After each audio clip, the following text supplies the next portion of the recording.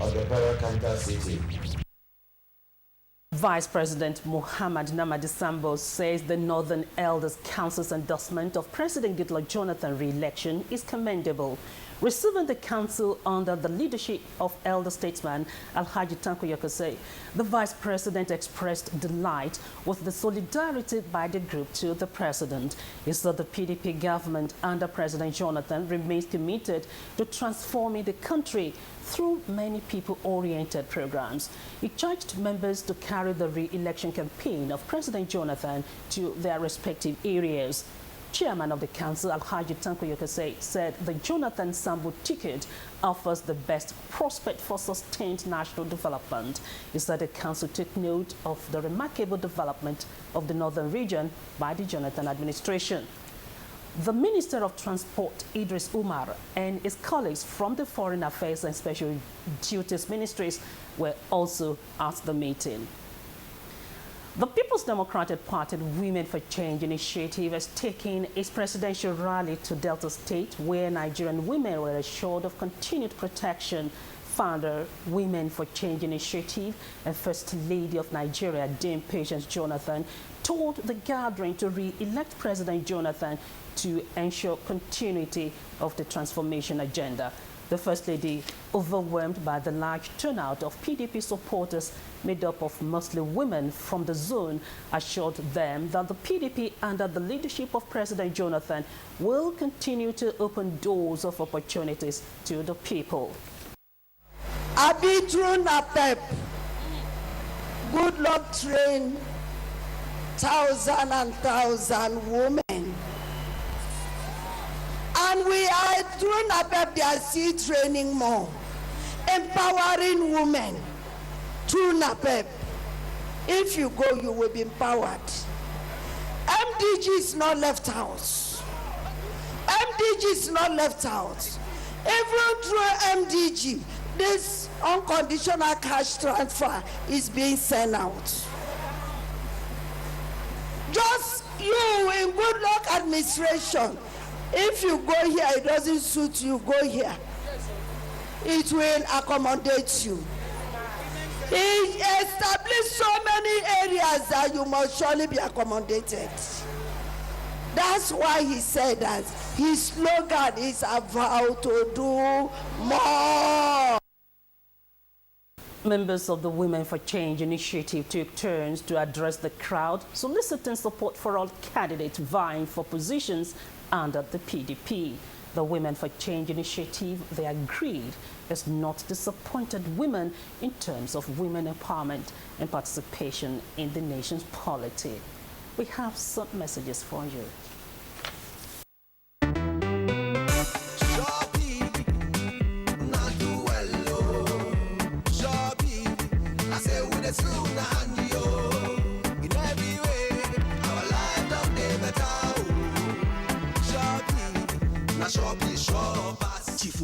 Why you dey happy like this today? My brother, Shopee Graduate Internship Scheme has just offered my daughter placement for the next 1 year. Even me, Shopee give me chance to learn better handwork for Shopee Technical, Vocational and Educational Training Program. Shopee even has Women and Youth Empowerment Program to help them become financially independent. Chai, when I finish this my training, I go open my own workshop. Need to go become very big oga like you. Shopee, delivering service with integrity.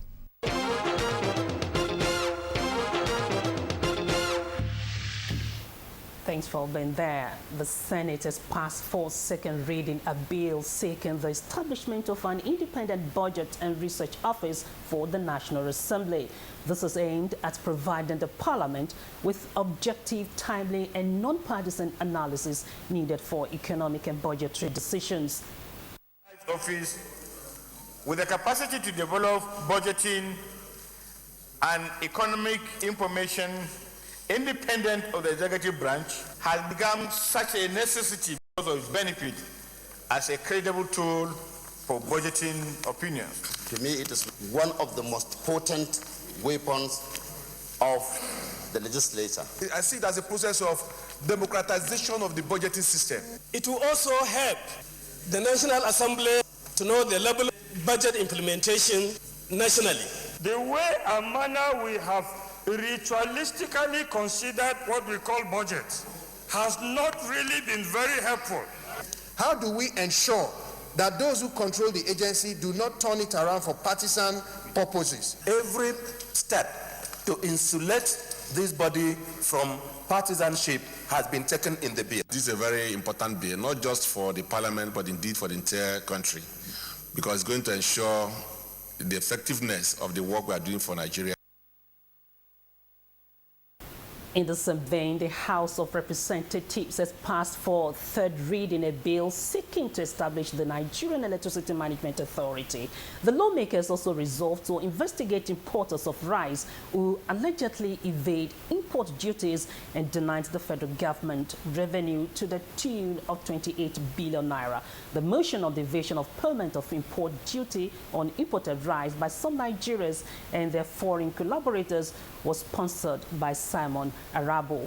The House is to recommend appropriate measures to recover money owed and sanctions for airing companies. The House also calls for closer ties among members on issues of national importance. Have imported rice, 3 companies, Stallion Group, Popular Foods Nigeria Limited, and Olam Nigeria Limited.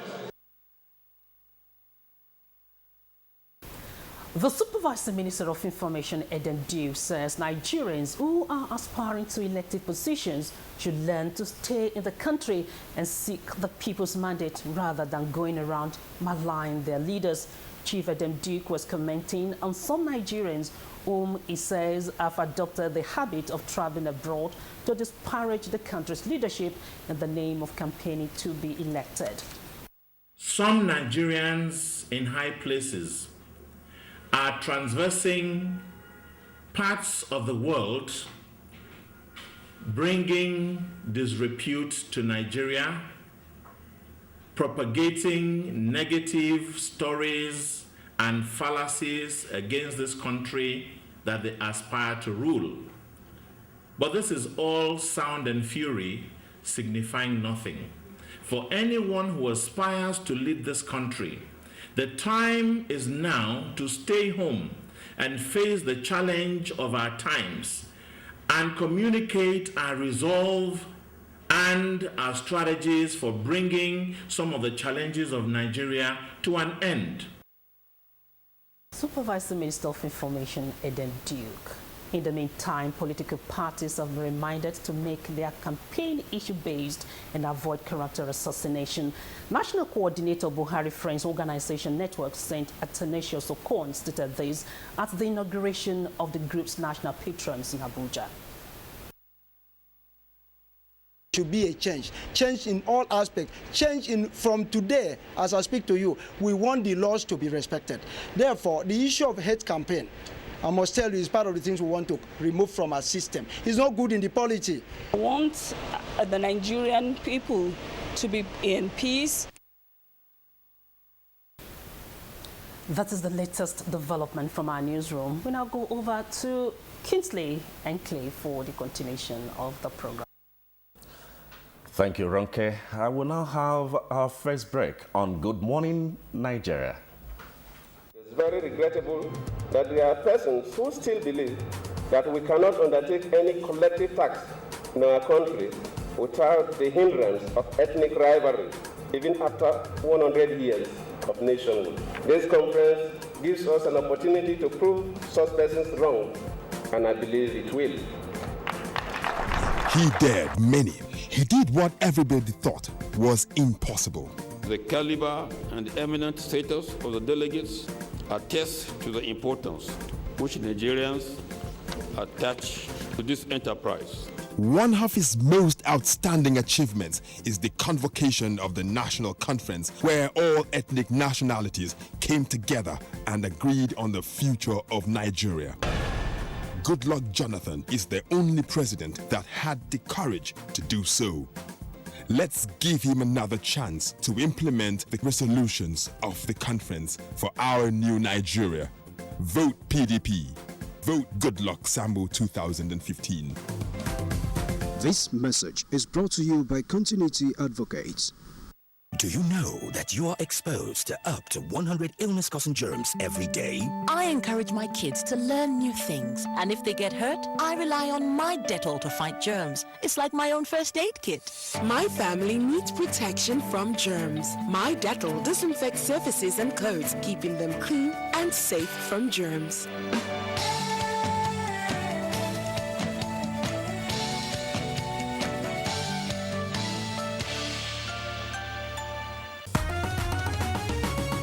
From north to south. Undeterred by the enormous national challenges inherited since inception, the PDP government has worked compassionately to put Nigeria in the League of Nations.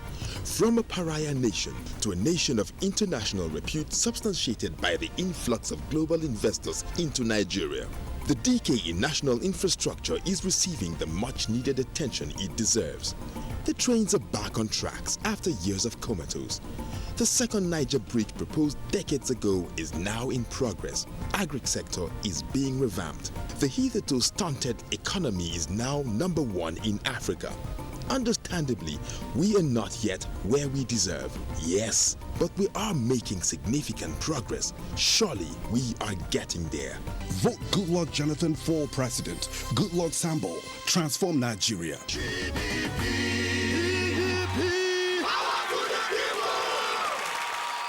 This message is brought to you by Continuity Advocates.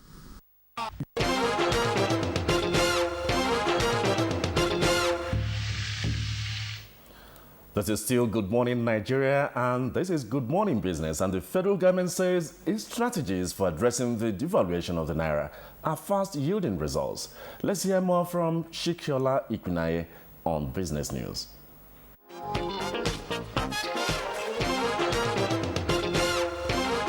It's another business day. And talking business now, as the Nigerian economy continues to feel the ripples of the devaluation of the naira, the federal government says it has strategized to address the factors responsible for the devaluation, which were anchored on the global fall in oil prices. Minister of State for Finance Bashir Yuguda was speaking on current trends in the economy in Abuja, says government is working with the Central Bank of Nigeria to reduce pressure on the naira and advise both the private and public sectors to gear more efforts in local patronage and consumption. To this end, government is also seeking the cooperation of bureau de change operators while placing more emphasis on the commercial value of goods and services for exports. Other longer term that we're trying to show up the value of the naira is now to continue with the exercise that we are doing in further expanding the base of our economy. It should not only be dependent on imports, it should also be export-based economy. Yuguda maintains the economy is resilient and deliberate measures have been put in place to protect the Nigerian currency. Our banks are among the top 30 in the world. This I can confirm. So Nigeria is broke. To say that, I think, is somebody who people who are trying to be mischievous, people who are trying to make political point out of nothing. And we are here to prove that. As a government, we are working, the economy is working. Of course, we are not there yet, but we are getting there. Let's see graphic details of stocks traded in the Nigerian Stock Exchange on Thursday.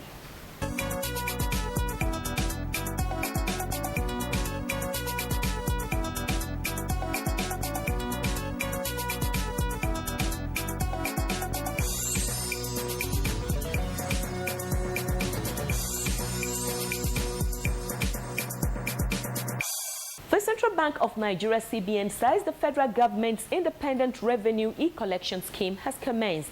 The federal government's independent revenue e-collection is to automate revenue collections of ministries, departments, and agencies directly into the federal government's consolidated revenue fund account at the Central Bank of Nigeria through the remitter e-collection platform, and other electronic payments channels. In a reminder sent to Deposit Money Banks, Director of Banking and Payment System Department of the CBN, Dipo Fatokun, says banks are required to have set up their bank branches and configure their internet banking platform for revenue payers to make transfers to the federal government e-collection accounts in their respective banks. The reminder also stated that the Office of the Accountant General of the Federation has issued a treasury circular to all ministries, departments, and agencies to close all existing revenue accounts in deposit money banks not later than February 28, 2015, and transfer available funds to the consolidated revenue funds. All deposit money banks are thereby enjoined to ensure full compliance. And that's business news. I'm Shikeola Ikmenaye.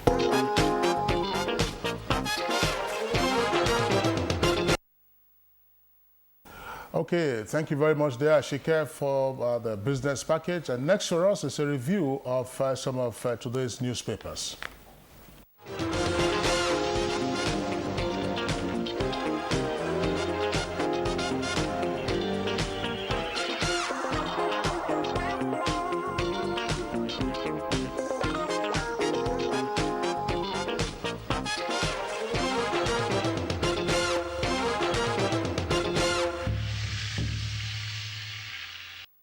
As usual, the Good Morning Nigeria newspaper reviewer is here with us for today's edition. Bayo, welcome to Good Morning Nigeria. Thank you, Kingsley. As usual, Good Morning Nigeria. Okay, we begin our review this morning with the Vanguard newspaper. Vanguard has the following front pages. Jonathan visits recaptured Adamawa towns. That's to be found on page 47 in greater detail. And also on the front page there, it's a headline, Where the Card Reader Rejects You. This is supposed to be an advisory on the voting process. Details of that can be found on page 28. The next story of Vanguard has a kicker, Buhari at Chatham House. Why I want to be president. That's according to Buhari. And says, I cannot change the past, but I can change the present and the future. And no witch hunt. Jonathan Buhari supporters protest at Chatham House, London. And also a rider on the front page says, Southwest leaders meet in Ibadan. Endorse Jonathan. Details will be found on page 11. Now, also on the front page of Vanguard, at the foot of the page there, CBN denies plan to convert domiciliary accounts to Naira. That can be found on page 9. And bombers kill 35 in Jos and Biu. Those are the front pages from Vanguard that we're taking this morning. And next is The Guardian. On The Guardian newspaper this morning, we have the lead story. At Chatham House, Buhari unveils strategies against Nigeria's woes. And PDP decries his preference for a London speech to debate. Party laws Jonathan for visit to Trabot Sports. And we also have the picture news there with Rivers State Governor Chibika Mechi Buhari, former British Prime Minister Gordon Brown, APC National Leader Bola Ahmed Tinubu, and ex-Governor of Ekiti State Kayode Fayemi at the Chatham House, London. And the other story on the front page is President visits Mubi, Baga, meets monarch, others. We'll have that story there with the concluding part of the report on page 2 of The Guardian today. At the bottom of The Guardian this morning, we'll have suicide bomber kills self, 19 others in Borno. Details of the report on page 3 of The Guardian. And Yoruba leaders back Jonathan to implement Confab report. With details of that report on page 4 of today's Guardian.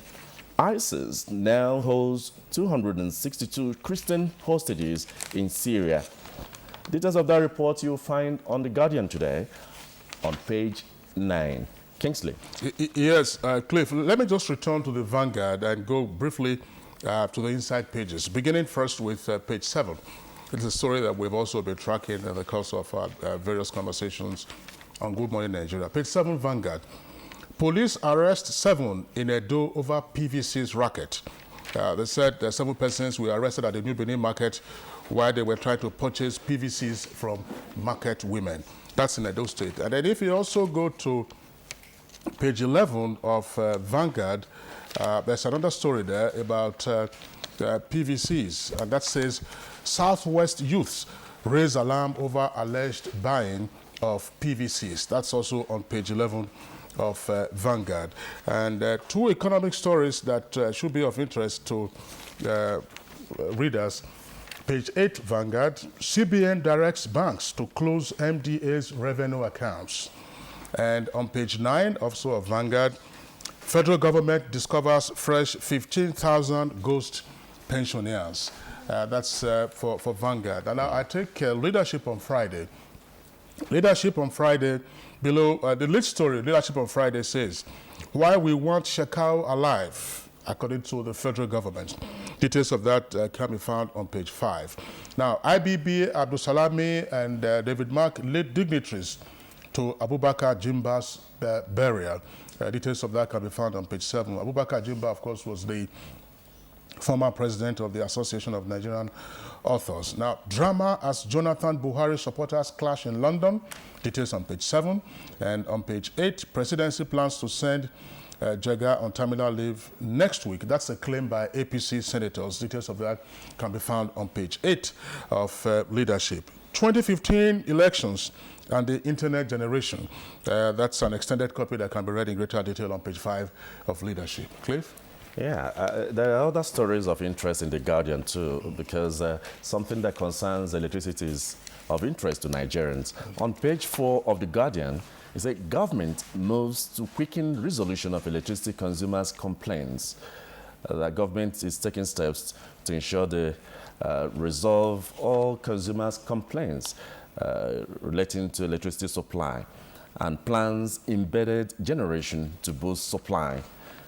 Also, we have on page 3 of The Guardian, Bajabia Miller apologizes over comment on Deputy Speaker Ihedioha. Reps to probe rice importers over import duties as panel to investigate a Boeing fire. Now we go to National Mirror. On National Mirror this morning, we have on the front page, on top of the masthead, FG uncovers 15,000 ghost pensioners, saves 2.1 billion naira, with a picture of the coordinating minister for the economy, Ngozi Okonjo-Iweala, there, with details of the report on page 5 of National Mirror. Also, Jega may be removed next week, says APC senators. And under the masthead of the National Mirror, we have no witch hunting in fight against corruption. Buhari accepts responsibility as military dictator. APC chasing shadow, says PDP. With details of the report on page 6. And we can see Buhari there making his presentation at the Chatham House. And at the bottom of the National Mirror this morning, we have Jonathan visits troops in Baga, Mubi. Says end of insurgency in sight. Details of that report is on page 5 of National Mirror this morning. Also, we have suicide bomber kills 11 in Bio, 12 die in just explosions. And that's it this morning on National Mirror. Kingsley? Yeah, that's right. Next paper for us will be the New Telegraph. New Telegraph. The lead story says, no amnesty for Boko Haram. That's according to Buhari. Two writers that threatens legal action over any further shift in polls. Details of that can be found on page 2. Now, the writer to that lead story also says, PDP, London appearance won't stop APC candidates' defeat. And second lead story on the front page there says, federal government, troops sack insurgents from 30 towns. And the writer says 33 killed in Biu and Jos bomb blasts. And Jonathan visits Mubi and Baga. And also on the front page there, reps probe Stallion Group over import duty evasion. That's the story on the front page. And also on the front page there, promotional copy at the foot of the page, federal government saves 112.1 billion naira through pensions and tax reforms. Those are the front pages from New Telegraph. Cliff. Next we have this morning is Blueprint. And on Blueprint this morning, we have below the masthead, Mina Education Varsity named after late Abubakar Jimba, with details of that report on page 20. And we also have President visits recaptured territories in Adamawa, Borno, with details also on page 10. Another story on the front page is Jonathan plans to sack Jega next week, APC senators.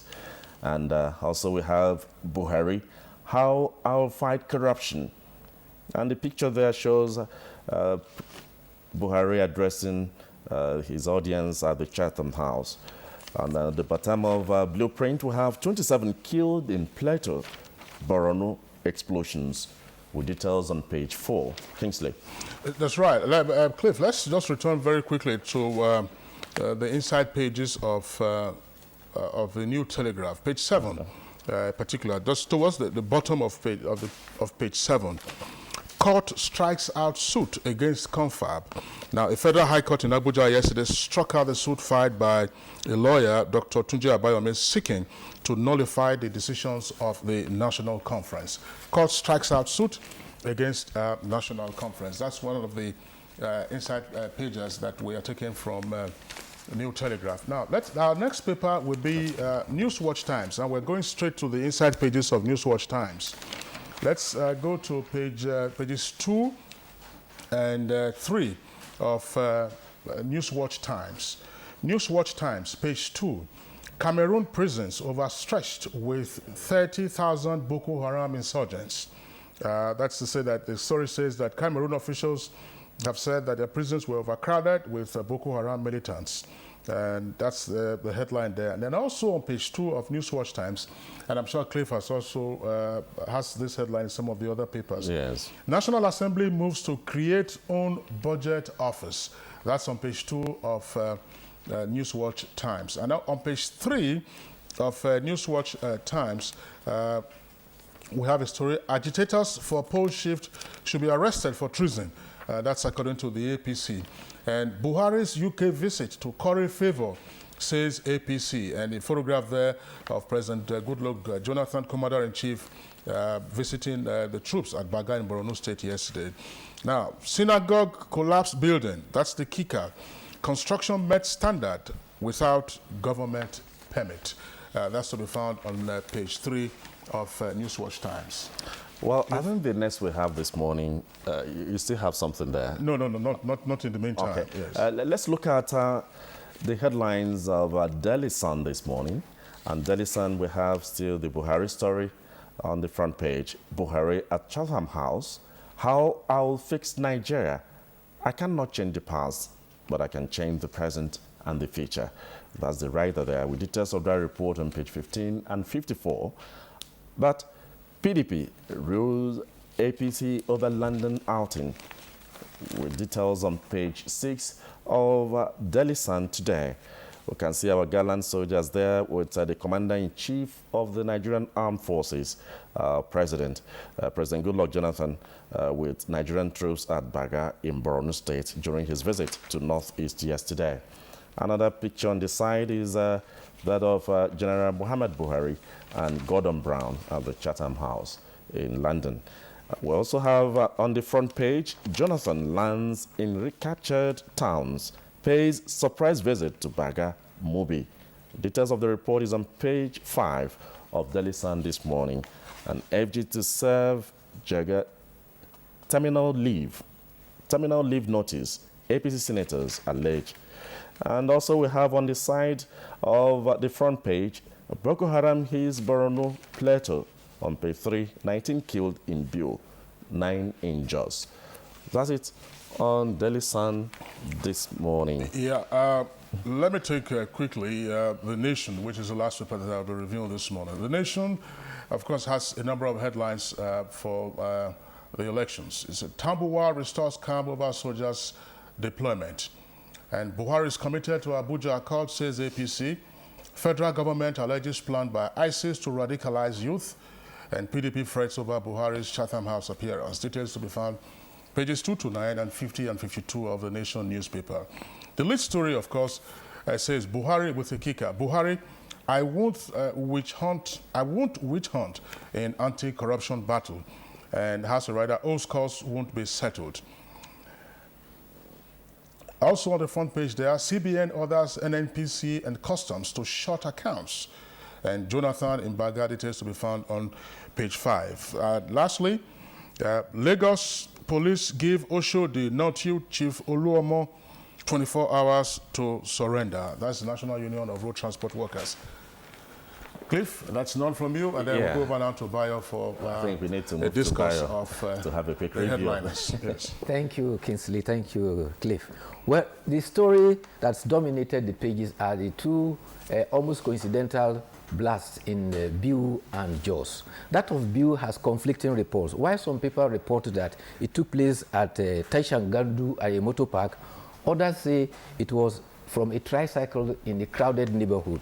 In fact, a third paper report that the bombing took place at a filling station. However, unfortunately, 20 persons were said to have been killed, about 17 injured.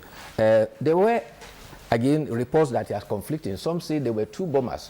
One was killed with the explosion, while the other was injured, but the angry crowd descended on him and sent him to the world beyond. In Jos, the bombing incidents were two, and they all happened very close to the Bauchi Road Motor Park. It is reported that the bombers were driving in a vehicle and they hauled the bombs into the crowded motor park. One went deep into Bauchi Road Motor Park while the other fell outside there. About 16 persons were said to have been killed. It happened late in the evening when Jos had the blessing of rainfall, and the GTF had a big task on their hand trying to clear the situation. The hospitals too responded according to reports in treating the wounded. Tomorrow will be the second week since election was postponed for an onslaught against the insurgency. President Goodluck Jonathan visited Mubi and Adamawa and Baga in Borno State, where he applauded the gallantry and the mettle of soldiers in regaining those towns. Clad in military camouflage, the commander-in-chief was cheered by soldiers who rallying around in a call chorusing, "Never again, never again would they allow Boko Haram to take over those towns." Accompanied by the National Security Advisor and service chiefs, the soldiers were told that all issues pertaining to their entitlements and welfare will be settled expeditiously. The president was also accompanied by the governor of Adamawa State, Governor James Ngilari, as he arrived at 115 Battalion in Mubi. The president paid a courtesy call on the emir of Mubi, Alhaji Abubakar Isa Ahmadu, who in the last few weeks has been calling on his subjects to return home as Mubi has been liberated. The gubernatorial candidate of the All Progressive Congress, General Muhammadu Buhari, says if elected, he will lead from the front to fish out Boko Haram, and there will be no negotiations with the insurgents. He says that he was speaking at the Chatham House International Affairs Institute, London. He says he will give soldiers adequate modern arms, inspire intelligence gathering, and be tough on terrorists. On the description of him as a dictator, he said that was in the past, and he is now a converted Democrat. He says that, "I take responsibility for whatever happened under my watch. I cannot change the past, but I can change the present and the future." General Muhammadu Buhari, on another occasion, says that he has been certified fit by his doctors. "I am fit.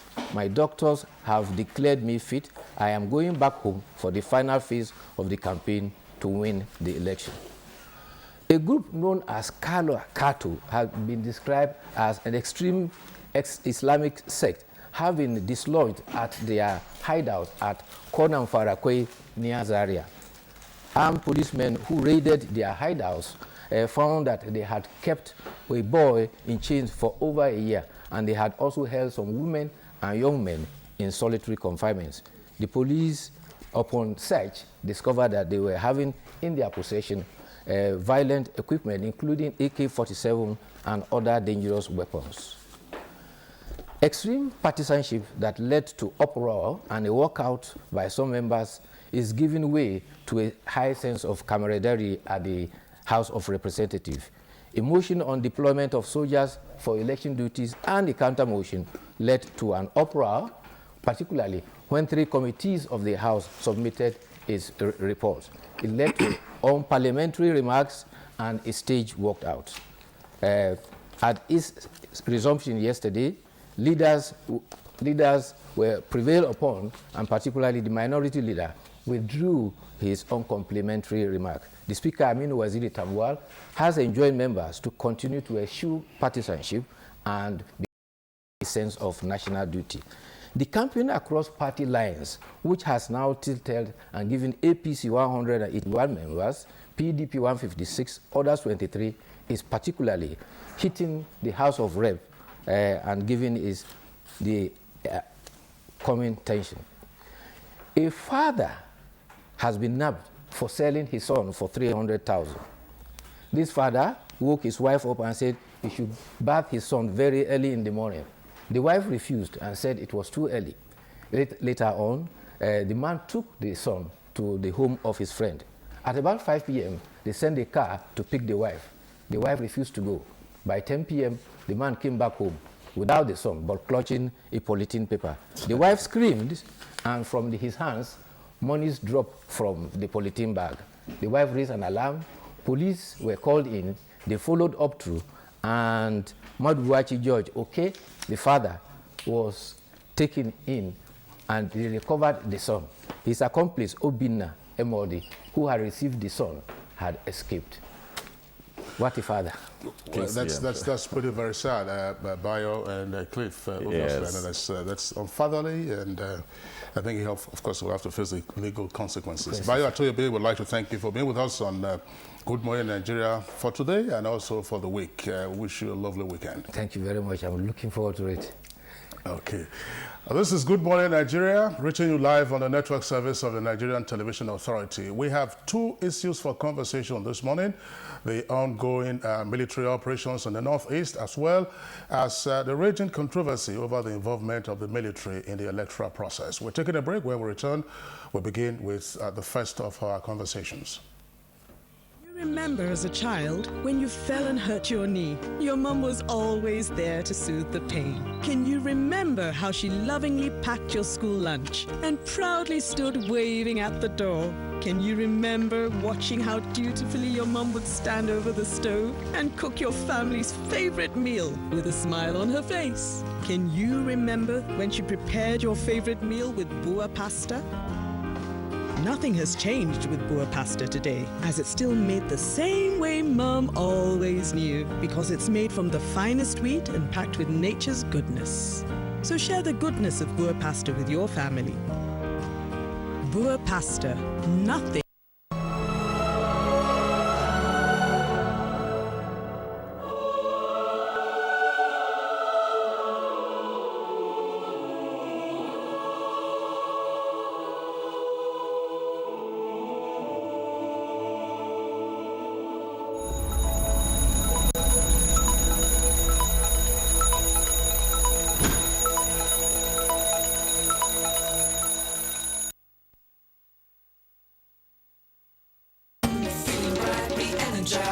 Even family fun time is no sweat at all.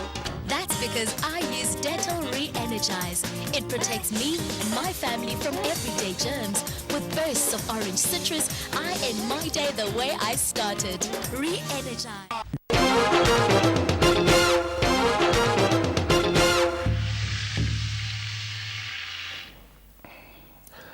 We are still on Good Morning Nigeria, and looking at our first conversation this morning, in spite of the suicide bombings in Kano, Potiskum and Jos in the last 2 days, Nigeria's military has made remarkable gains in the battle against insurgency. President Goodluck Jonathan donned his uniform as the Commander-in-Chief of Nigeria's armed forces yesterday as he visited the recaptured towns of Baga and Mobi. Shegulawale went with him.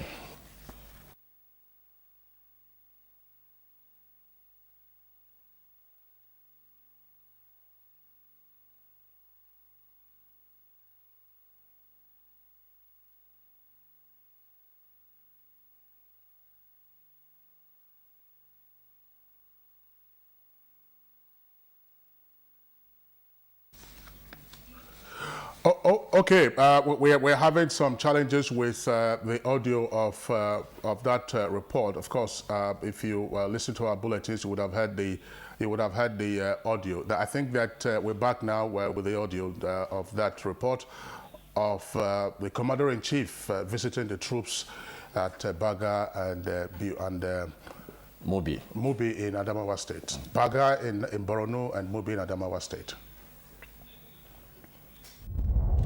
Continue to encourage you. The issues bordering on your welfare, will take it very seriously. In operations like this, sometimes things may be slow, for one reason or the other, may not be deliberate. But be rest assured that anything that is due you, you will surely get it. And all of you who have showed gallantry will be rewarded according to the traditions of the armed forces and according to the rules and regulations governing the operations, and of course, the goodwill of Nigerians and your country. Okay, that was Segun Lawole there with President Goodluck Jonathan, Commander-in-Chief of the Armed Forces, on the battlefield just a couple of days ago. Yesterday, actually. Now, never again was the battle cry on the lips of Nigerian soldiers as they celebrated the victory of Baga with the Chief of Army Staff, Lieutenant General Kenneth Minima. NTA's Mohammed Ibrahim, of course, was one of the first Nigerian journalists to visit Baga after his recapture from the terrorists.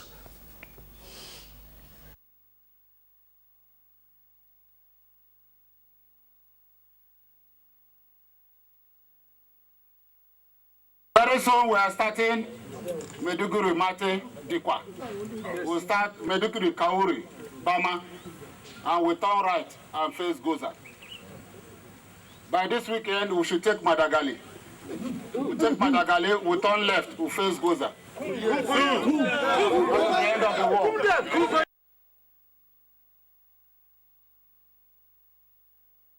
Okay, that's Mohammed Ibrahim's report there showing the Chief of Army Staff with the troops and indicating the next battle lines.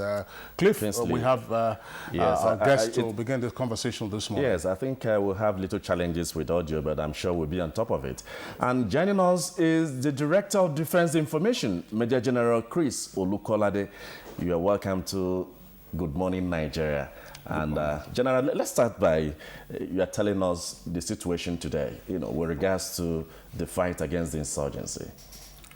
Well, as you highlighted in the news all along, we're making good and impressive progress, despite a few incidents here and there. We're having some suicide bomb attacks, as also here in the news. Some isolated communities could still be attacked, and a number of activities that are the result of the desperation of terrorists that are in flight, and in the process, anything across is attacked. But that apart, the speed of the operation has gained momentum. We have a lot of arrests at the moment. In the course of the new onslaught, which has seen the deployment of new weapons, the deployment of more men, and the speed of the operation, and good coordination between the Air Force and the ground forces, we've seen good speed lately. Good speed resulting in the clearing of terrorists from many, many towns.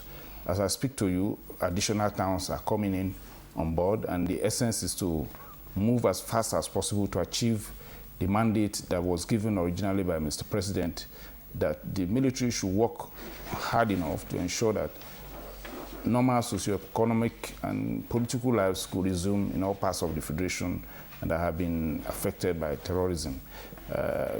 The effort now is to clear these places, and apart from clearing them, many of the places that were cleared lately, we have to do a very thorough cordon and search to ensure that any straggler among these terrorists is apprehended, and to also clear arms that might have been abandoned in locations to prevent them from causing problems for people.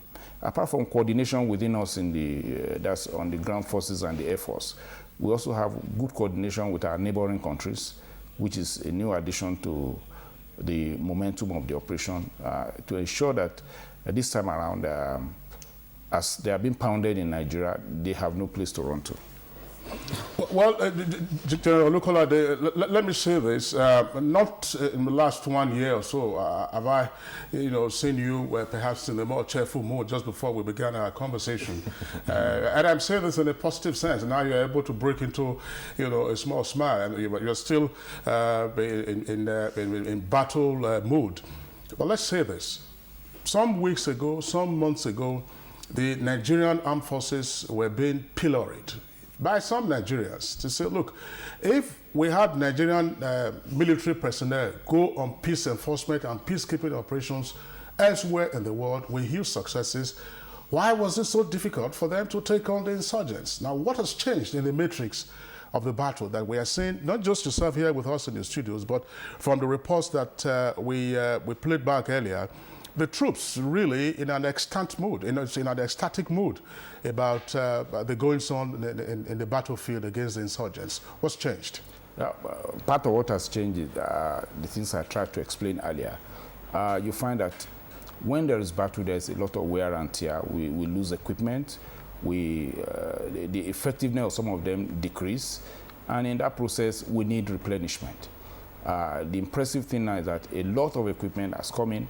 As I speak to you, many more are coming in, and they have gone to enhance the input of the Air Force into the mission. Every move now is coordinated so that it involves both the Air Force and the troops on ground who are advancing, and they have the required cover from air. They have the required bombardment to soften the targets before they get there.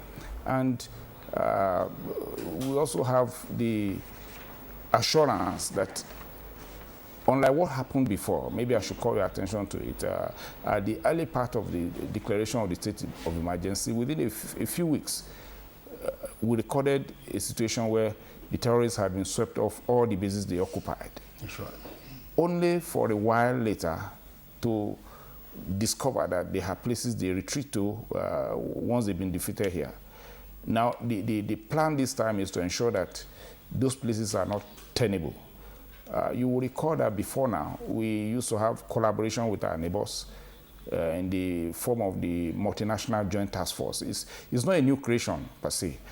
It's a creation that involves the activities of the Lake Chad Basin Commission, which initially was meant to tackle issues such as armed banditry and cross-border crimes of violent nature. Now, when terrorism came in, the mandate of that force was upgraded to include a situation where they can equally engage terrorists. However, the commitment of the various contingents or contributing countries lately gained some upgrade, and the momentum has manifested in what we see now. What is the essence of their input? Originally, they operate along the borders to ensure that cross-border crimes are not easy, and this time the movement of terrorists will not be easy. The way they will have where to run to initially will not be that possible this time around. General, I know some people who might not be well informed on the operations of the military have their reservations about the successes attained at this time, while some have this take that, well, is a flash in the pan, and some others want guarantees that this will be sustained, that there won't be any more activities of Boko Haram recapturing these areas like they did in the past. What are the guarantees? Well, like you hear the slogan of the troops now, in a very cheerful mood, is that never again. And that means everything required in the form of effort will be deployed into this. As I also mentioned earlier, our platforms are being upgraded on an incremental basis. As I speak to you, a lot is being discharged and brought in. There's no wasting time. As they come in, they are deployed into a mission. Even while the mission is ongoing, we're having training right in the front. So they are training to adjust to every new challenge and to ensure that there is no space that is available for these terrorists to come in. As I also explained, yes, we are having these skirmishes here and there, attack on isolated communities, IED operations. You also recall that they had, where they get some of these explosives is that they have stolen quite a lot from some queries outside the country. And they brought it in to popularize this idea of, deploying IEDs and using suicide bombers. The way the operation is going now, their access to those things will not be as easy, and hopefully they will exhaust whatever they have. How would you describe the morals of the troops now and the spirit de corps amongst the other arms of the military? Very, very high. When I say very high, yesterday at Baga, when the chief of army staff was introducing the president before he spoke to the troops, he noted one fact, that this is the first time we have the commander-in-chief personally cheering troops right in the front. And you could see the excitement among the soldiers. And the other element is that, and this might be, a kind of appreciation to His Excellency, that you referred earlier to, criticisms against the military. He never lost faith in the military.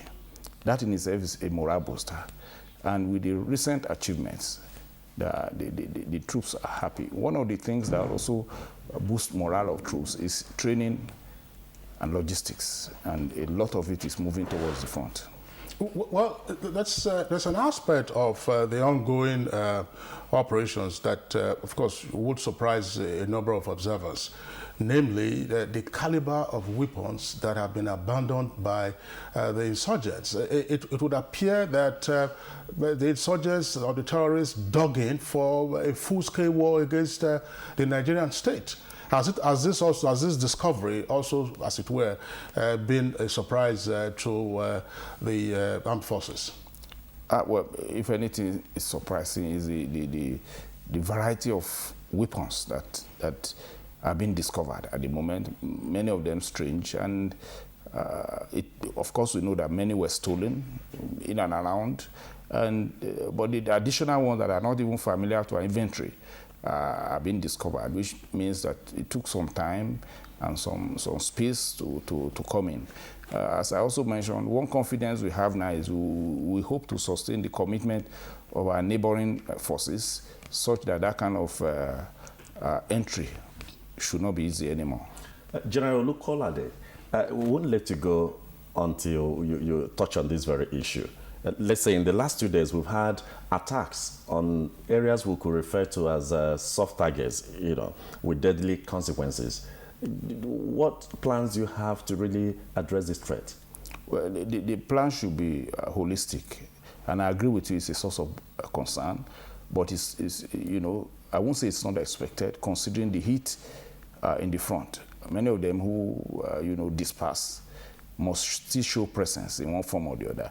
And they deploy the suicide bombing in this respect. Now, this calls for the vigilance of everybody. Of course, we know it is heightened. It means that everywhere now they're able to sneak through. They should not be able to find it easy among the populace. It calls for everybody being vigilant while security agencies try to track them in the front before they go. But should they sneak through by any means, let every Nigerian remain vigilant to ensure that this tendency does not continue.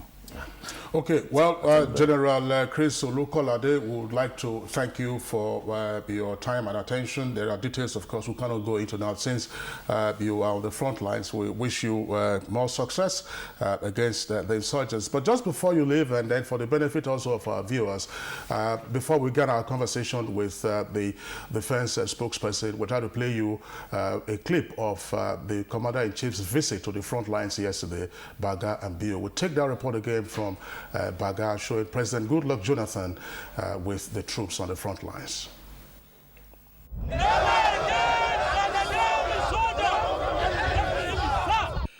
The troops are in high spirits and battle ready to launch more offensive against the Boko Haram, as President Jonathan addressed them at Mubi Barracks in Adamawa State. Before now, Mubi has been under the control of Boko Haram, resulting in the displacement of members of the community. President Jonathan assured the troop to give their best as government will continue to support and assist them with all that is needed to win the war. things have changed now. We are very happy with what we are doing. We'll continue to encourage you. The issues bordering on your welfare, we'll take it very seriously. In operations like this, sometimes things may be slow. For one reason or the other, may not be deliberate. But be rest assured that anything that is due you, you'll surely get it. And all of you who have showed gallantry will be rewarded according to the traditions of the armed forces and according to the rules and regulations governing the operations and, of course, the goodwill of Nigerians and your country. Normal lives have returned to Mubi town, with commercial activities picking up gradually as the president took a tour of the areas devastated by Boko Haram, especially banks and worship centers. President Jonathan, during a courtesy call on the Emir of Mubi, assured the Emir that with the renewed aggression, the war against Boko Haram will be won and Mubi will come back to life. But the main thing, the key thing, is to make sure that we flush the Boko Haram out of Nigeria and will not allow them to go into any other country. Collectively, Nigeria, Chad, Niger, Cameroon, and Benin will make sure that the story of Boko Haram will come to an end, and very soon. The Emir of Mubi expressed appreciation to the President and the armed forces for restoring normalcy to Mubi town and called on his people to return to their homes. Since normalcy has been returned, let everybody come back, continue all what he has been doing more than before. Your Excellency, I want to assure you, the people of Mubi Chiefdom are people of peace. Me, as I am a Mubi, I have now come back. I will not go anywhere. So what we still need of you, sir, is some kind of support from the federal government so that those who are in the IDP camps have nothing doing, who fear that if they come back, they will have no business to do, their homes are devastated. If we can touch their lives in some small way, so that they can start off, I believe they will come back soon. While a one-week military operation through the multinational joint task force has led to the recapture of Baga in Borno State.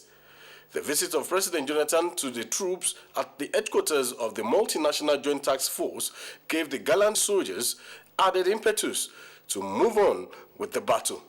And I will promise you that we'll do our best, because we want this war with Boko Haram to end as early as possible. We want Nigerians to go back to their homes so that the government can resettle the people back to their homes, and you will also return to your barracks. It's almost 1 week since the fall of Baga, and he has taken upon himself to come and see the victorious troops, the gallant troops, the winning troops, the never again troops. President Jonathan also inspected the arms and ammunition recovered from Boko Haram by the Nigerian army, including the flags, during the one-week operation. Hip, hip, hip! And while in Borno State, President Jonathan had a brief chat with the governor of Borno State before leaving for Abuja. In the State House, Shegun Lawale, NTA News. Okay. A happy Commander-in-Chief there visiting the recovered territories. You know, it gives a lot of happiness when you do that, achieve such feat. General Olukolade would like to thank you so much for your perspectives on the fight against insurgency, and I hope we'll sustain the tempo. We thank you so much for being our guest. Thank you for the encouragement. I appreciate it.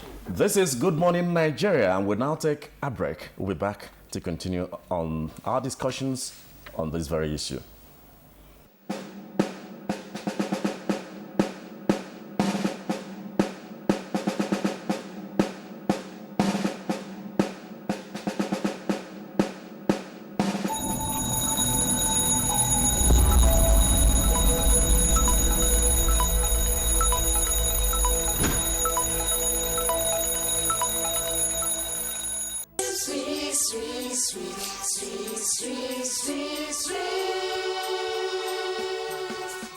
Premium quality granulated sugar, so sweet and delicious. it will make you even more. Bua finest quality vitamin A enriched sugar, manufactured to the highest global standards, just for your enjoyment. Bua sugar, how sweet it is. My mom told me great acting needed good health. I've played so many roles in life, but my proudest role is mother to my children and my community projects. I've achieved all this thanks to good health every day with Dettol. And to be 100% sure that my children achieve success in their life, I trust Dettol, so they don't miss a single day of good health. Dettol, proudly part of Nigerian health for 50 years.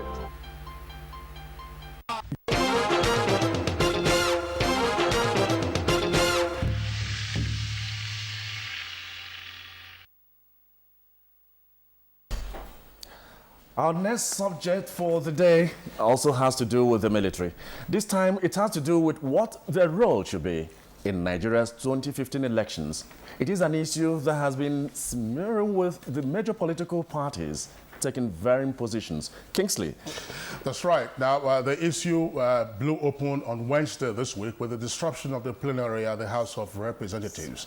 And now this followed a motion seeking to bar the military from playing a role in the conduct of the forthcoming elections. National Assembly correspondent of the NTA, Ifeanyi Okafor, tells us what transpired in the House in this package. Deputy Speaker Emeka Ihedioha presided in the absence of Speaker Aminu Waziri Tambuwal, who on Thursday, 19th of February, directed the Joint House Committees on Rules and Business, Judiciary and Justice to advise the House on the motion. The House approved a clause 9 empowering the INEC chairman to request Mr. President to deploy the military in appropriate circumstances on election duty. During the debate for the deployment of the military for elections, Representative Sunday Karunwi had raised a point of order that the matter is in court. Representative Gbajabia Miller demanded for evidence. The objection raised by Honorable Karimi was that the case was pending in court. And that is what was referred to the committee. Now we have the chairman of Business and Rules actually debating. The presentation by the chairman of Committee on Rules and Business, in his own words, captures the decision of these committees. I therefore am guided to sustain this order. Several bills and motions, as well as reports for consideration listed on the day's order paper, were stalled as some of the lawmakers walked out of plenary. Honorable Sam Sokwa abandoned his terms of reference and decided to take the debate and rule on the entire merits of the motion. It is unacceptable to us. House Leader Mulika Takonde Adeola expressed dismay at the walkout staged by some lawmakers. People should learn to accept, the rulings of the House, because as parliamentarians, we should foster national interest and not personal or partisan interests.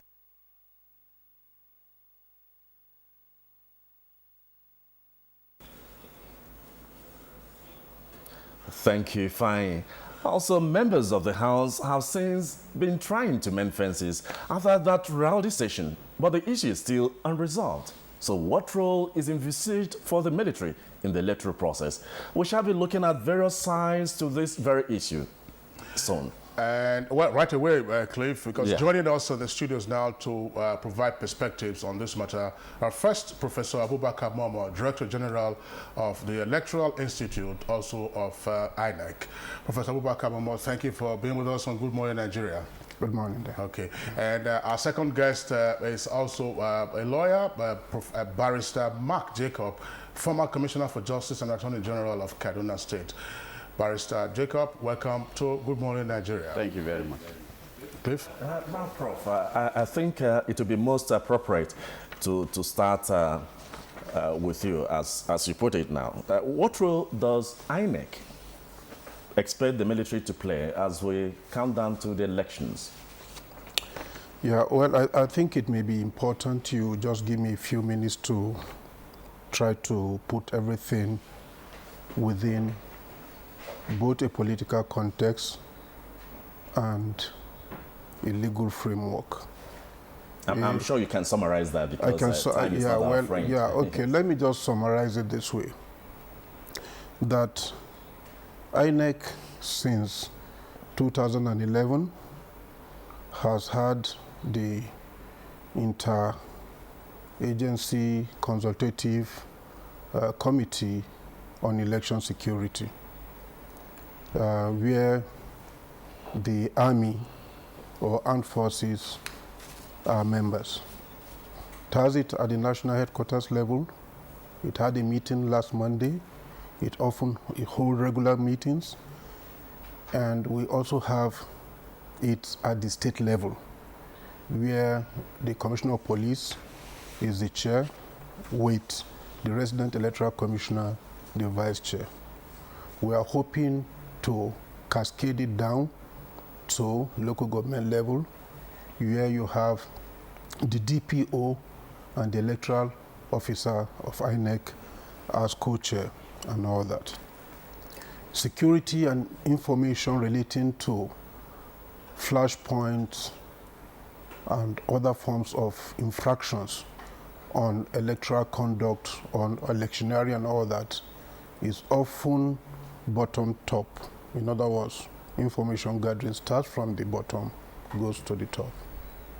The point I'm trying to make by this is to say that INEC takes security very seriously, and it has tried to bring all the security forces into one framework where there can be coordination, interoperability, and synergy.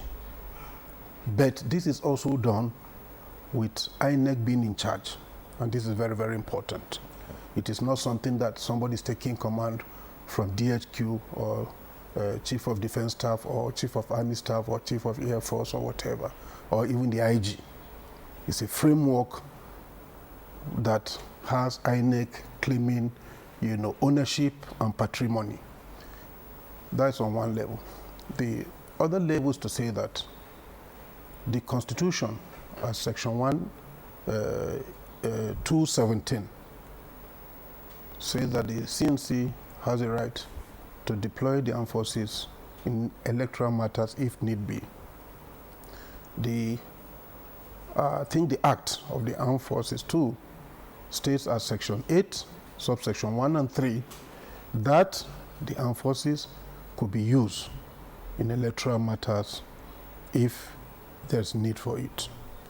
Now, what is at stake or what is at issue today is that given the groundswell and the nature of electioneering and balance of political forces and permutation, if you like, of electoral geometry, there is a narrative that is highly bifurcated between those who insist that there's an attempt to instrumentalize, manipulate, use the armed forces to undermine the electoral process, and the other that says it is highly important and sacrosanct that the army be brought in. If not, that you will not have free and fair election, and that in certain parts of the country, based on insurgency and the role of the terrorists or whatever they are in the northeast and some other parts of the country, that there's high possibility the election will not even hold. Some have said this is fear-mongering because the armed forces have not done anything in over 3 years that Boko Haram have existed and so on, and that what can they accomplish in 6 months and so on. But this is not before me. What is important to us is that what can we do as an electoral management body to ensure that everybody is able to cast his or her vote not under a situation of fear.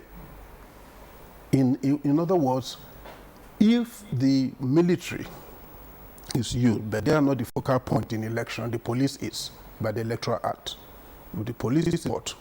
But if you look at the framework of electoral security, the architecture of electoral security, the military is a form of concentric circle in which the epicenter is actually constituted by the police, because we need 440,000 security A lot of it is going to be provided by the police. Other paramilitary forces, including civil defense, will provide the rest. The military armed forces are not supposed, as it were, to intrude in this process, but they can safeguard, constituting the outer layer of that concentric circle. They are not even supposed to carry guns. They are not supposed to be faceless, etc., etc. But ultimately, and more importantly, every one of these security forces are supposed to take instruction from the presiding officers and be subordinated to the control and instruction of INEC. And in other words, and finally, that they must play by the electoral rules of the games, which is not part of the standard procedure of the armed forces. And this should be made very clear. So I'm not going to be boxed into this narrative of whether one is trying to instrumentalize or whether it is sacrosanct for the army and all that. But I think it is very important that Nigerians are informed about what the Constitution says, is that okay, and what their role is, and what the Electoral Act also says, because they have to be subordinated to INEC's control based on the electoral rules of engagement, which is different from standard operational procedure of the armed forces, where they have to look up to their commanders and so forth and so on. So this is what, in a nutshell, I have to say. You raised an issue of safeguard in the security architecture, so to say. Are you saying when there is crisis within that electoral time, they have no right to intervene or something? They do. But what is the level of intervention? There's a principle of proportionality. How can they intervene? Intervention may not necessarily entail the use of arms. And even if the use of arms may be required, this has to come from the PO, the presiding officer. And so there has to be proportionality in the response that the armed forces have to undertake in this respect. And like I said, they constitute the outer layer. They are not the inner layer. Okay. And those even in the inner layer, namely the police and civil defense and so on, are not even permitted to carry guns. Because in so doing, you may frighten and instill fear in people. And this may just cause voter apathy, low turnout, and so on, which is not the purpose. The purpose is to secure the area, secure the environment, secure the material, and secure the personnel. These are the three major things security apparatus is meant to do. Secure materials, ensure that collation center and resource centers are properly safeguarded and secure without anybody intruding or coming to bomb or coming to attack or coming to snatch. Ensure that people are secure in a way that they can go freely, join the queue, cast their vote, and so on. Well, but Professor Momo, I mean, your explanation is interesting. If you speak of election security framework being owned and controlled by INEC, one must therefore wonder, and I believe a number of our viewers will also be wondering, why we are having this debate as to whether or not, the military should be involved. Yeah, there's a fundamental point I'm making, because Nigerians don't seem to know this. They think that what is happening is that there's a garrison command, or you have a divisional commander, GOC, first div or so, who then gives this command, go out there and do whatever. No, it's not supposed to be so. They are supposed to be controlled and managed by the electoral rules of engagement. And this is very clear. This is very well spelled out in ISET, the interagency committee structure of INEC, so that people should know this. It's not that the army will now go out there and do as they please or engage in brigandage or some form of activity that do not conform with what is proportionate or proportional to...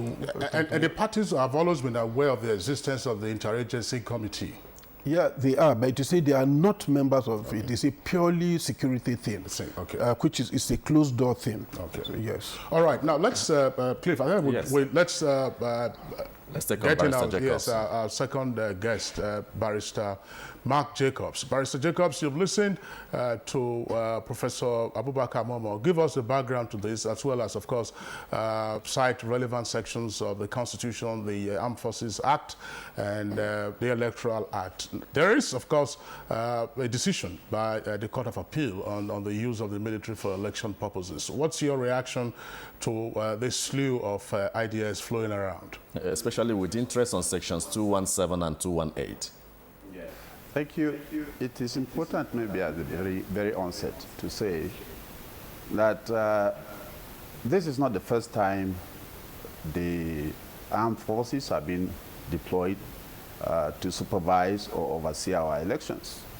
And it's really strange that it is at this stage or now, when Nigeria practically is at war, that people are raising issues over the matter. I come from a community where in a single day we have buried over 200 people, killed overnight by people who you cannot see after the attack. And then you are saying elections should just go on, nobody should be protected, nobody should be given assurance that when he goes out to vote, he will be safe. That is the point that should be made clear. First of all, it's not the first time. All our elections have had military supervision. Not that the military come in and vote or take ballot papers. And I like the explanation given by Professor Momo. It's strange. These things have been on since I was old enough to vote. I've always seen the military standing by the side, not participating in the election, but ensuring that every voter is given adequate protection, confidence, and assurance that he will be safe. At this stage, I am very surprised that anyone could raise this issue on the floor of the National Assembly, because these are constitutional matters. The provisions of sections 217 and 218 are very clear. The powers of the president are circumscribed by the Constitution. They are prescribed by the Constitution. If you want to change them, you cannot do so by raising a simple motion on the floor. And I really think that so many people just like grandstanding and posing for the cameras. That's why they do some of these things, because it is clear. The armed forces are at liberty. The president has power. In fact, it's not optional. It is a mandatory word that is used there, that he has the responsibility of asking the armed forces to intervene or assist civil authorities in discharging their responsibility. Section 217 and 218 are very clear. If any member of the National Assembly is not comfortable with this, they know what to do. They know that they have to go and get the Constitution amended. It's not by grandstanding and making noise on the floor, raising a motion. They are supposed to know this more than anybody else. Checking the history of military deployment, I am aware that in this country, the elections in Anambra, the elections in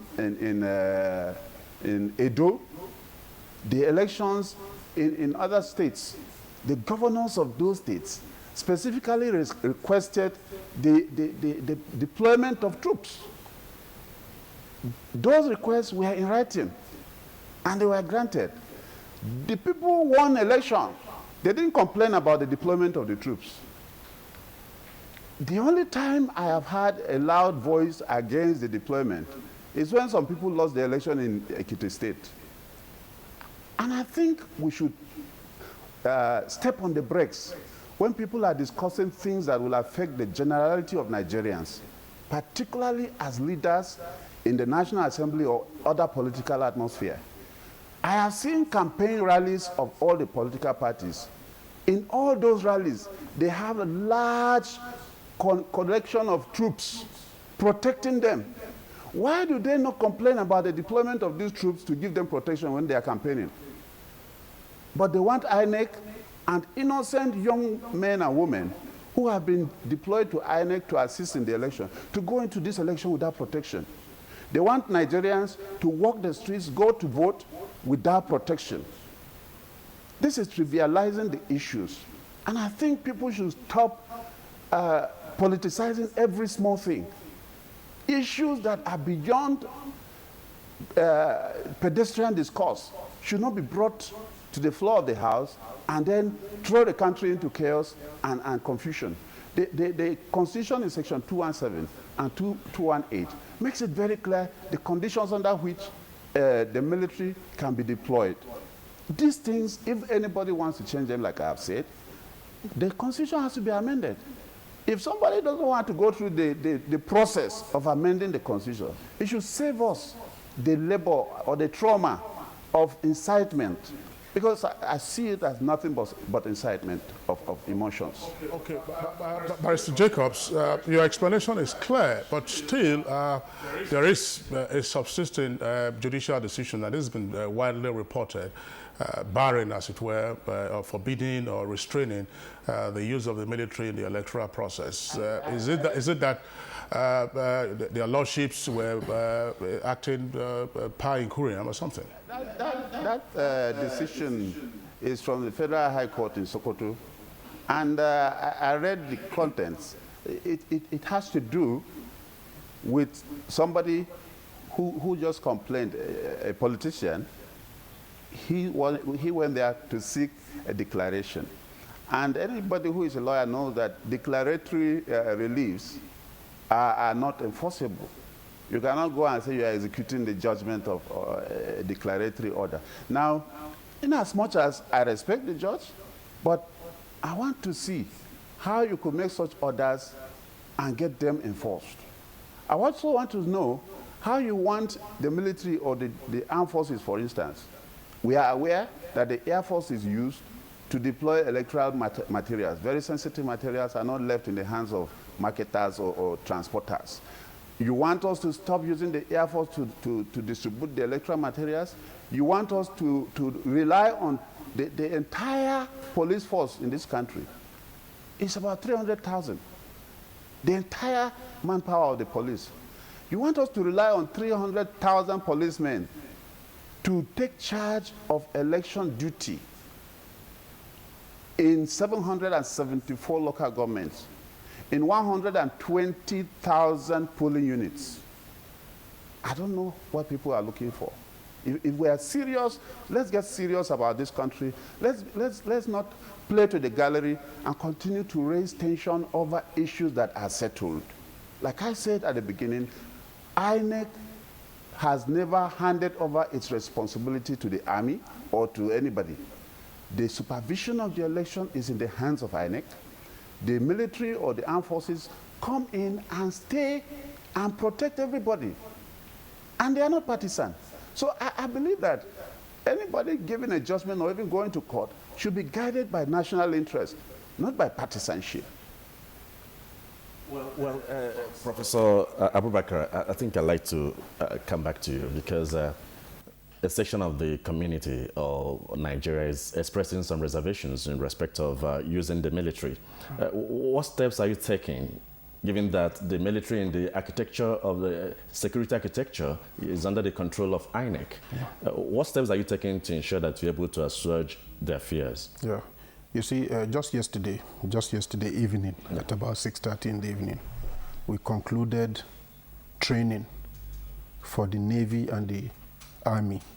Last week, Tuesday, we undertook a training for the Air Force on what their role is and all that.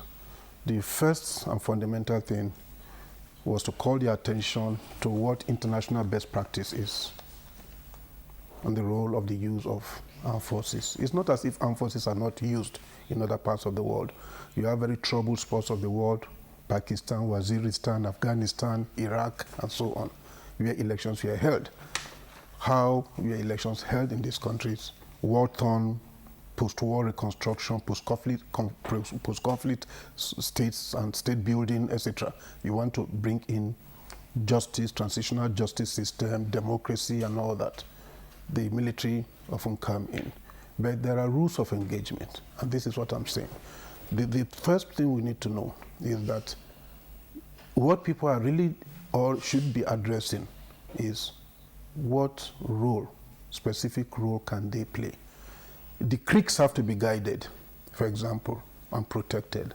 Who is likely to do this? Is the Navy. Some items we have to air freight to very difficult terrain in Mambila and so on, Obudu and all that and so on. You require the armed forces, for example, and so on and so on. And then, of course, not to talk of the Northeast that is more or less war ravaged, as it were. And then it's not police that you require, even though the Electoral Act says the police is the focal point. I'm saying that let us be slightly cautious not to allow the rhetoric to overtake some of these issues. INEC is not saying that the military is the first line. They're saying the military is the outer line, outer layer. And INEC is also frowning on faceless military who go to use, what is the name now, roadblocks and toll gates to intimidate people, who use gun and all that. Because one of the first elements in international best practice, even with respect to police and other paramilitary forces, for that election to be said to be free and fair, it must be non-obtrusive. Security must not be obtrusive in a way that it is seen to constitute infraction. That is why even the police is not allowed to carry arms near the polling unit. That is a cardinal point. So I'm saying that please let Nigerians try to move beyond this bifurcated narrative and discourses that tend to put this as saying it is sacrosanct because the Constitution said so. Or no, people are trying to instrumentalize and manipulate the armed forces in order to rig election. Let's go beyond that discourse. Sorry, to say, if the police and the military do not carry arms, if civilians, come up with arms, what happens? How do they address that? You see, that is the point. It's not that they cannot carry arms, but the use of arms, is that okay, has to be determined when there is need for it, and then it should be a specific form of response to a particular challenge. Look, for example, the ISIS, both at the headquarters level and the state level, do some form of intelligence networking, determine flashpoints. We have the electoral risk tool management, which is a high-tech tool that we use to determine internal and external risk factors to election. We know who are those who are carrying arms, where are the youth gangs in the neighborhood, and so on. Where are really going to be the threats? Should polling unit be relocated, for example, on account of the fact that a particular area is high-risk area, red, or medium-risk area, amber, or low-risk area, green, and so forth and so on. There is simulation. There is all kinds of things that are done. So people are not just sitting there. People act on intelligence information and other forms of information, security information gathering, knowing, for example, where to deploy ahead of time and what kind of security to deploy and whether indeed those security should bear arms or not. But the point is that just merely carrying arms and coming to a polling unit that is on the green level, I mean, it's more like intimidating people. But it is understandable, for example, if you are talking about Chibok, Baga, or Madagali, or some of this other area, or Beni Sheikh, and so on. And then you say, well, you need police to bear arms, or the military constituting an outer layer, as it were. But this military should not even be wearing masks, as it were, for example. The rules have to be very clear, and it should not be such that there's gatekeeping to disenfranchise people. These complaints were made, and by the way, with all due respect to the barrister, it's not even in Ekiti State alone that there was protest over the use of the military. Even in Osun State, there was protest because those military were wearing masks. Why should they wear masks? The commission frowned on this, that there's no need for anybody to wear masks. And pre-election, you should not be intimidating people. People were going in convoy or patrol, intimidating people in Ife, in Osogbo, and so on. When you are bearing weapons like that, wielding them openly and all that, what message are you sending to the potential voter? You are more or less saying, don't come near. That is not the purpose, and that is not INEC's intention. That is not INEC's intention. And that's been the focus of your retraining exercise. Precisely. That you have undertaken This is the week. essence of our retraining. We train the Navy, we train the Army, and we train the Air Force. We've done the training for the police and other civil defense and other paramilitary forces to let them know what the rules are, what the international best practice says, what the Electoral Act states, and so forth and so on. So they are not combatants who are coming to fight some people, and what these are defenseless civilians who just want to exercise their civic rights. Okay, Professor Abubakar Momo, Director General of the Electoral Institute, would like to thank you for your perspectives on this matter on Good Morning Nigeria. Thank you for being with us. Thank you very much. And also would like to thank Barrister Mark Jacobs, former Attorney General of Kaduna State, for his illuminating perspective. Of course, he also stressed the point that, look, if you have the military being on patrol or being on guard duties in the course of the campaigns, why are you not saying that on voting day they shouldn't be in the outer perimeter? Barrister Jacobs, thank you for being with us on Good Morning Nigeria. Thank you so much. Okay, this is Good Morning Nigeria. We are taking a short break. When we return, we'll continue with the program.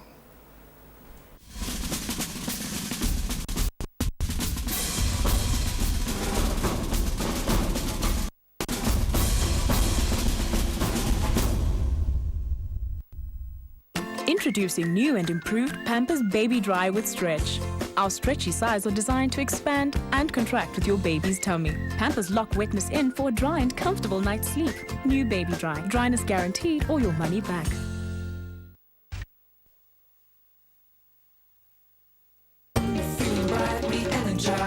Even family fun time is no sweat at all. That's because I use Dettol Re-Energize. It protects me and my family from everyday germs. With bursts of orange citrus, I end my day the way I started. Re-Energize.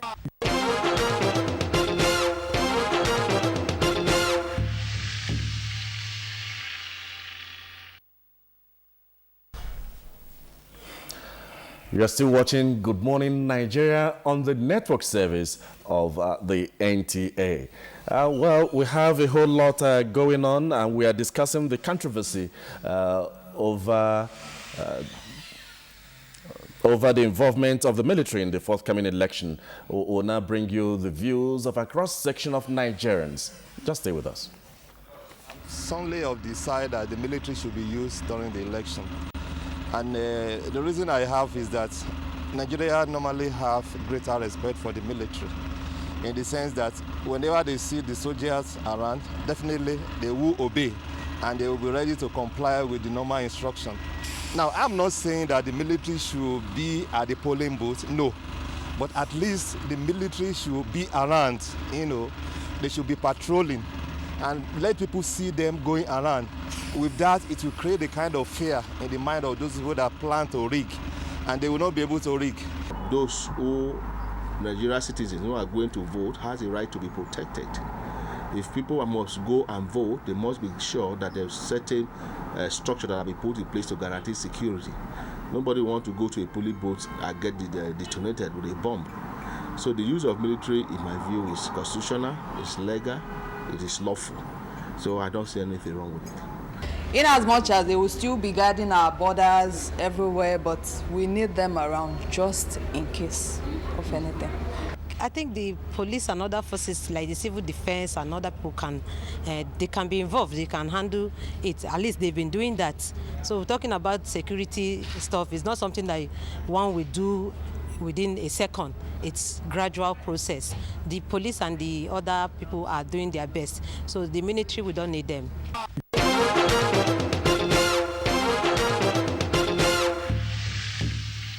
A cross-section of Nigerians there expressing their views on the involvement or non-involvement of the military in election security. This is particularly important as we have the general elections coming up next month and then in April. We've had two guests already this morning on that subject. Now we have our third guest. He's Professor Abdulhamid Ujo. He's a political scientist and a former INEC commissioner. Professor Ujo, would like to welcome you to Good Morning Nigeria. Thank you very much. Now, let's, shall we say, the raging debate or controversy over whether or not to involve the military in election security. Is this a storm in a teacup? Well, what I would say is that maybe I will start by saying that I have to be a bit theoretical and empirical in my analysis. Against the background of my involvement in electoral issues in Nigeria, for the fact that I was electoral commissioner between 1999 to 2002. I conducted the election in 1999 in Kaduna State, and I was there. And after that, I'm a political scientist with specialization in election, and I've written well over 10 books on election. In fact, virtually on any election in Nigeria, I've written a book. Apart from that, I've also observed elections in various parts of the world. And so I'm very much at home in issues of election. Now, the problem that we're having in Nigeria is that the issue is being politicized.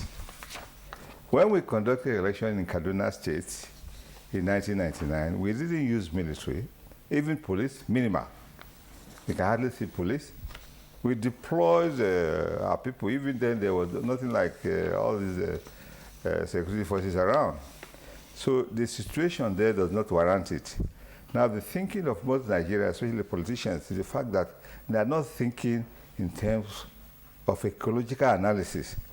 In every society, if you want to think about every society development, you have to think within the context in which the situation is on.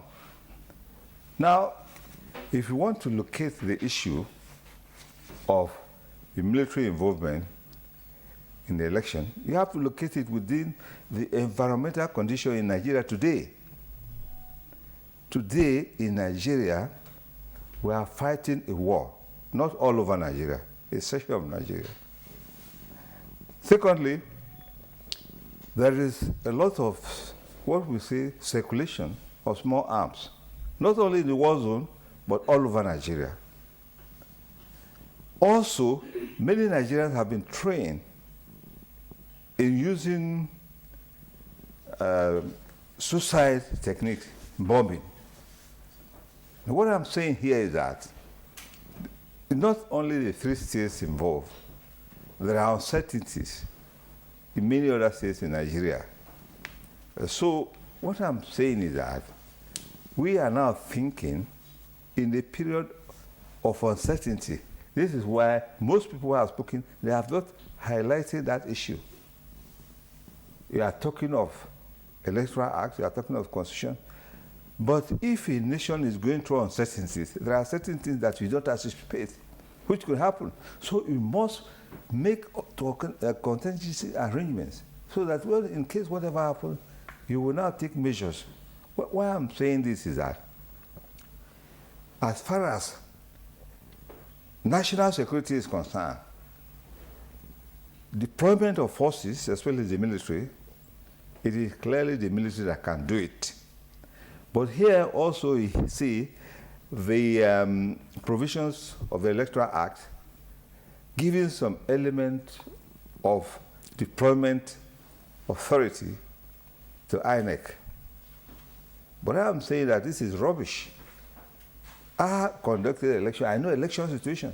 If you have, for instance, in a place that you don't even expect crisis, for instance, if you take a state like Benue State, and you don't expect any crisis, and suddenly the police station, armed bandits arrive and start killing people, are you going to take permission from the electoral officer for the whoever is the armed forces or police to act? These are situation theories. At any point in time, as human beings, we should think ahead. Think ahead. This situation in Nigeria is a situation of uncertainty. So anything could happen. So we should prepare for anything to happen. This is what I'm saying. But isn't this the basis, Cliff? Isn't it the basis for INEC after the 2011 elections? The electoral process, of course, will involve the period before, during, and after. Yes. That they set up the interagency committee that involves the members of the armed forces, both at the national and the state levels. Yes. Yeah. Is it like part of thinking ahead? Are you quarreling with that, or what point are you making? What I'm saying is that there is nothing wrong with that. It's preparation, because before every election, INEC is supposed to have what we call strategic planning. And in the strategic planning of INEC, the issue of security should have been accommodated. But what I'm saying is that everybody is talking about those states, states like Borno, Adamawa, and Yobe. Everybody is talking about that. Well, what I'm saying is that on election day, other things will happen in other states. So what I'm saying is that politicians will say, don't deploy military. But the deployment of military depends on the situation at any point in time. You cannot sit down here and say, don't deploy the military. What happens in the Nigerian state at any point in time is determined by the exigency of the time. Now, if you are not thinking strategically, then you are not thinking in a complex society. You see, these are not political issues. These are real issues. You see, I have been in the Nigerian system for a very long time. I know what happened. I know what can happen. So what I'm saying here is that on election day, even though you have the Electoral Act, you have the Constitution, but the reality determines what happened. This is what I'm saying. Okay. The reality determines what happened. It's not the Constitution, it's not the Electoral Act. Yes, that's what I'm saying. Prof, you have a very informed background as a political scientist and a former INEC commissioner. That's right. And you also listened to the submissions of our earlier guests from INEC and the legal position. What is your take on all that? Well, their views. I'm a social scientist. I don't condemn any other person's view. It is their view, it's what they think. But what determines anything that somebody says is the reality of the thing. I'm a realist. Although I'm very grounded in theory of elections, theory of politics, but what is important to me is reality. When we come to reality, all those theories are thrown aside. Because what matters is reality. In politics, it's the real thing that happens. As we are talking, I've observed elections in many countries. And for instance, in the election I observed in South Africa, the argument was that... Which of the elections? I think 2009 or so, the one before this. I was in Cape Town. We were thinking that there'd be a problem in Cape Town because of the opposition. You know, the main opposition party was based in what do they call it? I think Cape Town. We're in Cape Town, that Western Cape also. So, but the problem we had was in KwaZulu-Natal because of the Inkatha freedom movement. That was the place we had the greatest problem. So what I'm saying is that you may be thinking that you are going to have problem in Borno, but the problem may actually occur in Kogi State. So what I'm saying is that it is good to plan, but if I'm planning, I plan under condition in this type of state of uncertainty. There is a difference between planning under condition of certainty and planning under condition of uncertainty. Yeah, Prof, I would like you to take this point very briefly. Yes. Why, I asked the question earlier, why is this a storm in a teacup? Why are we having the divergences in opinion as to whether or not the military can play the support role that obviously could be useful based on your realism perspective? This is why I'm telling you. That is why I'm a political scientist. In a political situation, there are bound to be differences. In fact, if we say if you don't have conflict, there's no politics. We are having a manifestation of politics in Nigeria today. I'm very happy because for the first time in the history of a Nigerian election, this is the first time we're having competitive election. What APC is doing, what PDP is doing, is very good. It's a big school for Nigerians to learn what is called politics.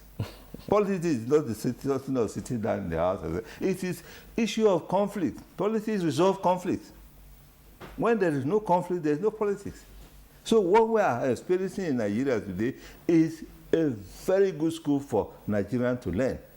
Now, if we can go through this stage now that we are going through, then democratization will move a very big step forward. We are now moving to a very, very important stage. And I hope our political elite will have the courage to accept realities or outcome of what comes out of this.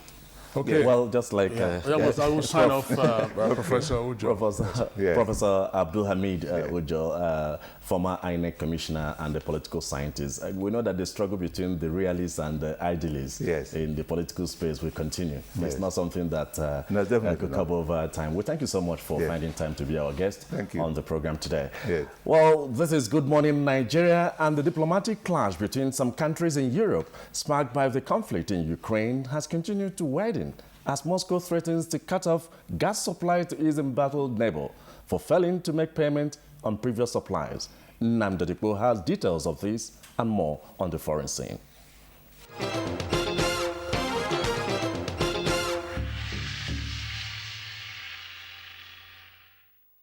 Hello and welcome. We heard the Russian President Vladimir Putin has warned that Moscow will cut gas supplies to Ukraine if it fails to pay in advance for future deliveries. Putin said that Ukraine's latest payment will be good only for another 3 to 4 days, warning that Russia will have to turn up the tap if Ukraine does not remit payments quickly. Putin did not announce a deadline but warned that the cutoff may disrupt supplies to Europe. Last week, Russia accused Ukraine of cutting gas supplies to areas in the east controlled by Russian-backed rebels. Putin said the decision by Ukraine to halt gas supplies to the eastern regions home to 4.5 million people marks of genocide. And the masked Islamic State militant known as Jihadi John, who has been pictured in the videos of the beheadings of Western hostages, has been named. Reports say is Mohammed Nwasi, a British man believed to be from West London, who was known to British security services. Nwasi first appeared in a video last August when he apparently killed the American journalist James Foley. He was later thought to have been pictured in the videos of the beheadings of U.S. journalist Stephen Skoloff, British aid worker David Himes, British taxi driver Alan Hennings, and American aid worker Abdul Rahman Kazid, also known as Peter. And finally, Afghan rescuers are searching for dozens of people believed to be trapped under snow after a series of deadly avalanches north of the capital, Kabul. Officials said at least 180 people have been killed and 129 injured after homes were deluged with snow. Funerals for the victims, mostly from the Panjshir province, have been delayed because of the snow. The extreme weather came after a relatively dry and mid-winter and took locals by surprise. And that's it on the foreign scene. Good Morning Nigeria continues.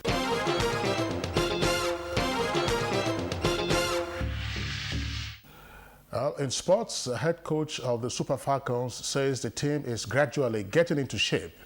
And Flying Eagles coach Manu Garba named squad for the 19th African Youth Championship, while World Olympic miler Mo Farah says athletics is making giant strides despite doping challenges.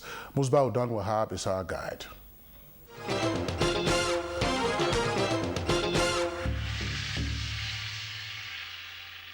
Right, welcome to sport. As the Super Falcons of Nigeria have intensified their training as the team prepares for their two qualifiers, the All-African Games, the Olympics, and the World Cup tournament, which is less than 100 days from now. It's been days since the Super Falcons camp resumed training